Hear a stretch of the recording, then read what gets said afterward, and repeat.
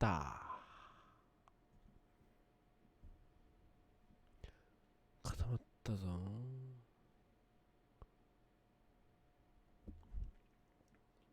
OK。で、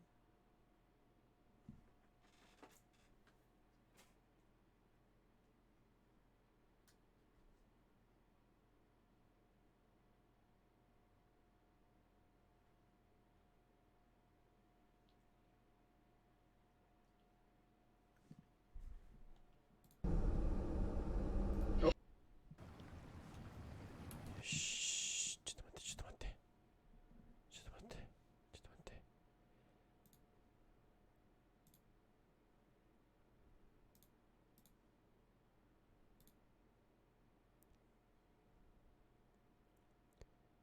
OK？ うん。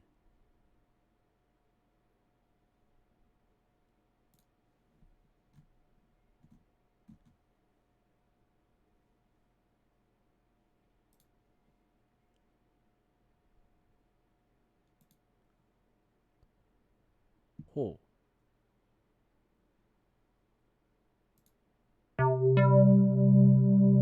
やかましい。や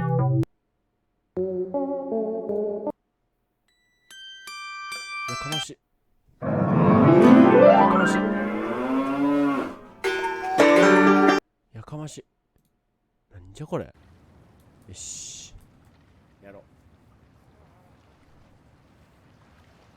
う。よいしょ。これ。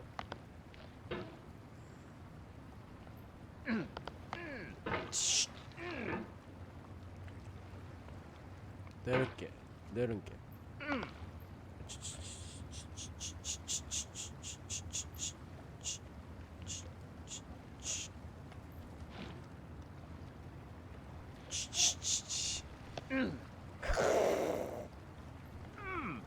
あららあららららら。よいしょ。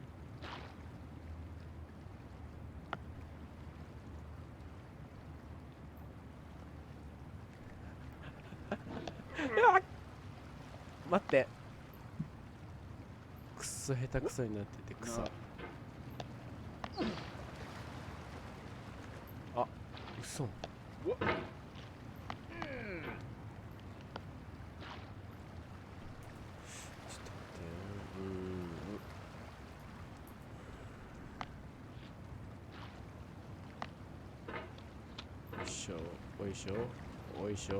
There's no feeling more intense than starting over. If you deleted your homework the day before it was due, as I have, or if you left your wallet at home and you have to go back after spending an hour in the venue. If you won some money at the casino and then put all your winnings on red but it came up black. If you got your best shirt dry cleaned before a wedding and then immediately dropped food on it. If you won an argument with a friend and then later discovered that they just returned to their original view. Starting over is harder than starting up. If you're not ready for that, like if you've already had a bad day, then what you're about to go through might be too much. Feel free to go away and come back. I'll be here. Alright, thanks for coming with me on this trip. I'll understand if you have to take a break at any point. Just find a safe place to stop and quit the game. Don't worry, I'll save your progress, always, even your mistakes. This game is a homage to a free game that came out in 2002, titled Sexy Hiking. The author of that game was Jazuo, a mysterious Czech designer who was known at the time as the father of B games. And B games are rough assemblages of found objects. Designers slap them together very quickly and freely, and they're often too rough and unfriendly to gain much of a following. They're built more for the joy of building them than as polished products. In a certain way, Sexy Hiking is the perfect embodiment of a B game.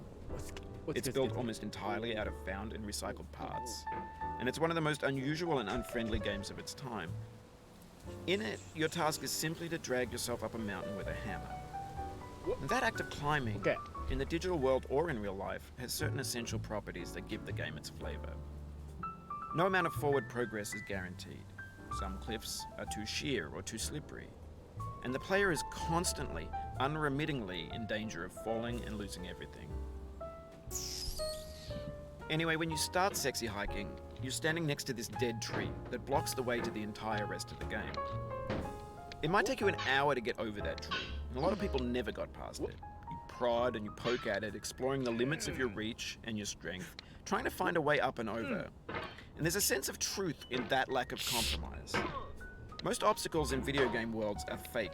You can be completely confident in your ability to get through them once you have the correct method or the correct equipment or just by spending enough time. In that sense, every pixelated obstacle in sexy hiking is real. あできた The obstacles in sexy hiking are unyielding, and that makes the game uniquely frustrating. But I'm not sure Jazzuo intended to make a frustrating game. The frustration is just essential to the act of climbing, and it's authentic to the process of building a game about climbing. やかましいなこいつ A funny thing happened to me as I was building this mountain. I'd have an idea for a new obstacle, and I'd build it, test it, and it would usually turn out to be unreasonably hard. But I couldn't bring myself to make it easier. It already felt like my inability to get past the new obstacle was my fault as a player rather than as a builder. Imaginary mountains build themselves from our efforts to climb them, and it's our repeated attempts to reach the summit that turns those mountains into something real. When you're building a video game world, you're building with ideas, and that can be like working with quickset cement. You mold your ideas into a certain shape that can be played with, and in the process of playing with them, they begin to harden and set until they're immutable, like rock. And at that point, you can't change the world, not without breaking it into pieces and starting fresh with new ideas. For years now, people have been predicting that games would soon be made out of fabricated objects, bought in a store and assembled into a world. And for the most part, that hasn't happened, because the objects in the stores are trash. I don't mean they look bad or that they're badly made, although a lot of them are. I mean they're trash in the way that food becomes trash as soon as you put it in the sink. Things are made to be consumed and used in a certain context, and once the moment is gone, they transform into garbage. In the context of technology, those moments pass by in seconds. Over time, we've poured more and more refuse into this vast digital landfill that we call the internet. It now vastly outnumbers and outweighs the things that are fresh and untainted and unused. When everything around us is cultural trash, trash becomes the new medium, the lingua franca of the digital age. And you can build culture out of trash, but only trash culture. B games, B movies, B music, B philosophy. Maybe this is what digital culture is. A monstrous mountain of trash, the ash heap of creativity's fountain. A landfill with everything we ever thought of in it. Grand, infinite, and unsorted. There's 3D models of breakfast, Gen X's fanfic novels, Scan magazines, green screen Shia LaBeouf, banned snuff scenes on LiveLeak.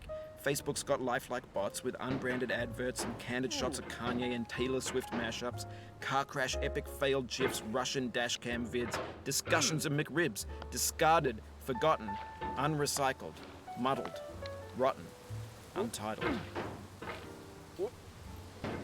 Everything's fresh for about 6 seconds, until some newer thing beckons, and we hit refresh. And there's years of persevering, disappearing into the pile, out of style, out of sight. In this context, it's tempting to make friendly content that's gentle, that lets you churn through it but not earn it. Why make something demanding if it just gets piled up in the landfill, filed in with the bland things? Oh, you just lost a lot of progress. That's a deep frustration, a real punch in the gut.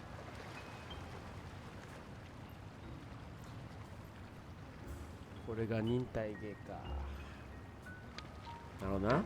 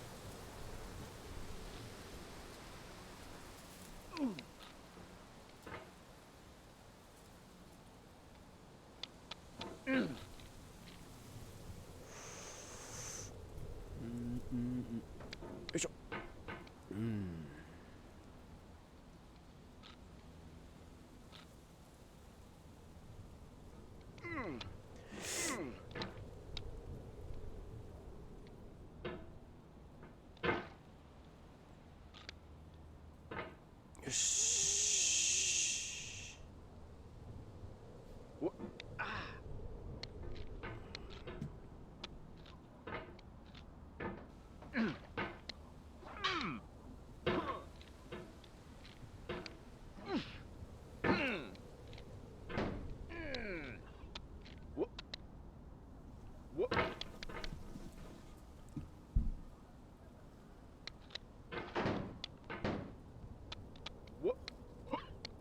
No.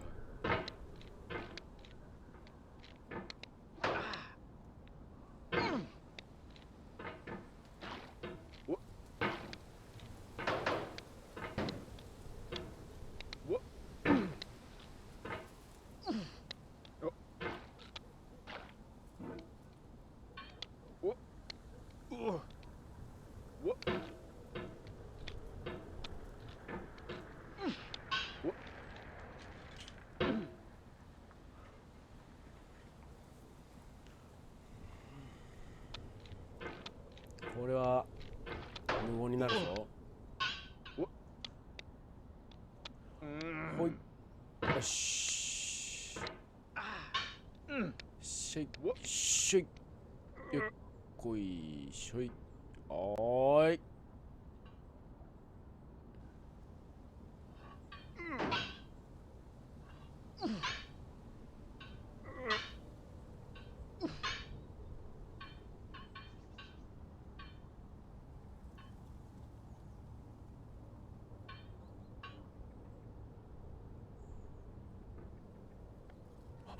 Oof.